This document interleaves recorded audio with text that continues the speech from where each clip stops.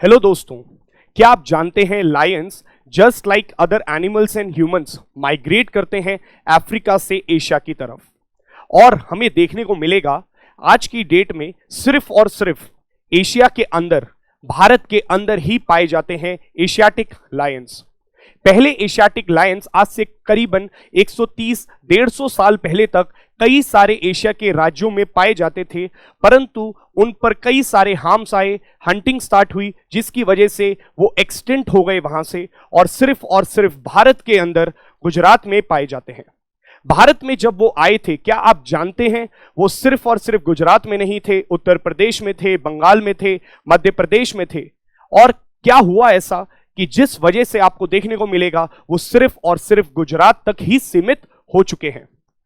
कई वर्षों से उन पर अत्याचार हो रहे हैं, कई वर्षों से आपको देखने को मिलेगा इलीगल ट्रैफिकिंग, पोचिंग की वजह से उन पर खतरे मंडराए जा रहे हैं, जिसकी वजह से उनकी आज की डेट में जो स्पीशीज है वो रिस्ट्रिक्ट हो चुकी है गुजरात के ही एरिया तक, जिसको हम गिर नेशनल पार्क से जानते हैं। आइए शुरुआत करते हैं हम लोग प्रोजेक्ट लायन से और जानते हैं कि प्रोजेक्ट लायन के अंदर आपको देखने को मिलेगा भारत सरकार ने कौन कौन से इनिशिएटिव्स स्टार्ट करे और कैसे प्रोटेक्ट करने की कोशिश करी लायंस को।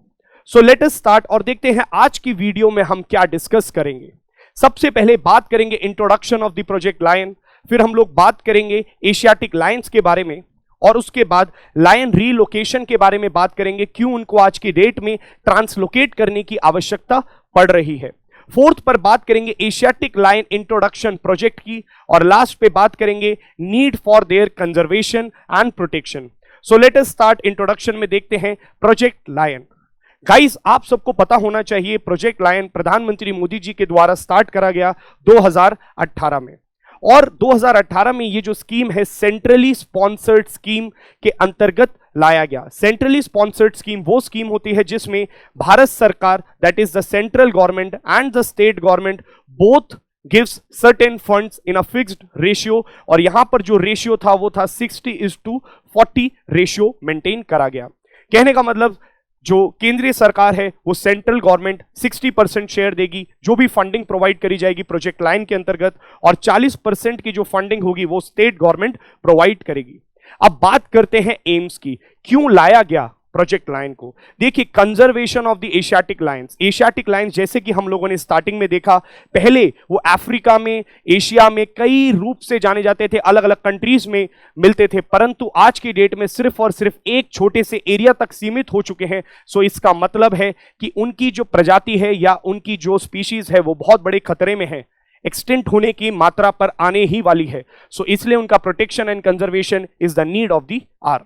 सेकंड देखिए, हैबिटेट डेवलपमेंट फॉर लायंस। आपको देखने को मिलेगा लायंस जो होते हैं वो एक्चुअल में ग्रुप्स में रहते हैं, इसलिए उन्हें प्राइड्स बोलते हैं। तो देखेंगे आप प्राइड्स में ही घूमते हैं, ग्रुप्स में रहते हैं और उनको बड़ा एरिया चाहिए होता है, इसलिए हैबिटेट डेवलपमेंट के लिए भी प्रोजेक्ट लायन को लाया गया। अब बात करते हैं एशियाटिक लायन की। एशियाटिक लायन का IUCN, that is international union for conservation of nature के द्वारा जो इकोलॉजिकल स्टेटस दिया जाता है स्पीशीज के जो डेवलपमेंट के ऊपर, स्पीशीज के थ्रेट के ऊपर, कि आज की डेट में स्पीशीज की संख्या कितनी है, किस लेवल तक वो खतरे की घंटी पर पहुंच चुकी है, उसके अकॉर्डिंग उसको स्टेटस दिया जाता है, और यहां पर IUCN स्टेटस है एंडेंजर्ड, EN। आप देखेंगे आज की डेट में Gir national park, that is in the Gujarat, the only habitat of the Asiatic lion यहीं पर मौजूद है। This is why lion relocation is need of the our.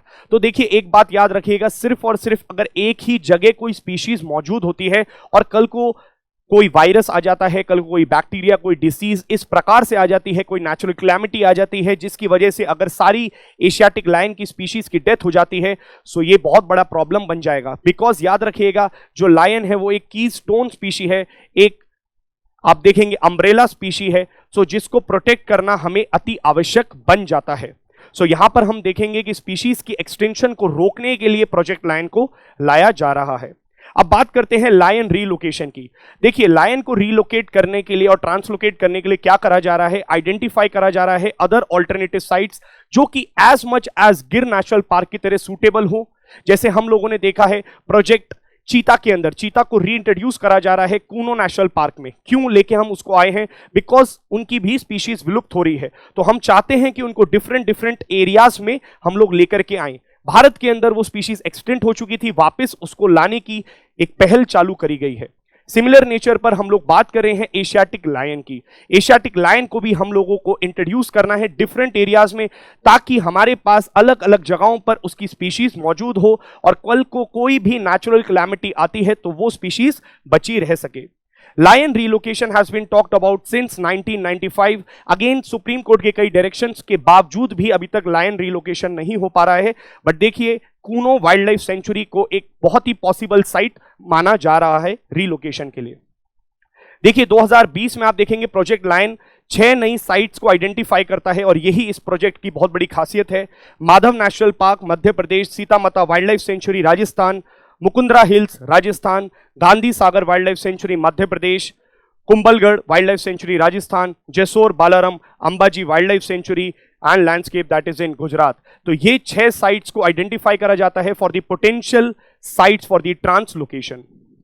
Asiatic lion introduction project, तो गवर्नमेंट ने इस प्रोजेक्ट को बोला है कि एशियाटिक लायंस को हम लोग रीलोकेट करेंगे इन 6 पॉसिबल साइट्स पर, but it has not yet been successfully implemented due to the opposition by the Gujarat government, because Gujarat government को ऐसा लग रहा है कि अगर यहां से स्पीशीज को लेकर के उधर जाया जाता है दूसरी स्टेट्स में तो एक तरीके से उनको हार्म हो सकता है, और गुजरात ही एकमात्र एक ऐसी स्पीशी है जहां पर वो अडेप्ट कर चुके हैं। तो अगर इनको हम दूसरी स्टेट्स में लेकर के जाएंगे एशियाटिक लायंस को, तो उनकी मृत्यु भी हो सकती है। आपका क्या मानना है कमेंट बॉक्स में बताइएगा।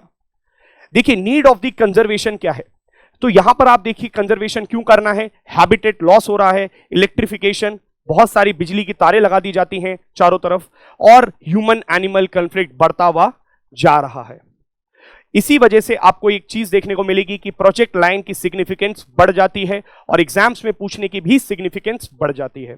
आइए एक एमसीक्यू को सॉल्व करते हैं, देखते हैं एमसीक्यू का जवाब आप कमेंट बॉक्स में दीजिएगा। Consider the following statements with regard to Asiatic lions. First point है Asiatic lions are smaller than African lions. Second, Asiatic lions are critically endangered as per IUCN criteria. Third, it is also included in species recovery program. Question देखिएगा ध्यान से, यहां पर incorrect statement आपसे पूछा गया है। A 1 and 2, B 2 only, C 2 and 3, D none. ऐसे ही इंफॉर्मेटिव वीडियोस को और डिटेल से एंड इजी लैंग्वेज में कवर करने के लिए please keep following Chahal academy YouTube channel. I will be back with another video. Till then thank you so much.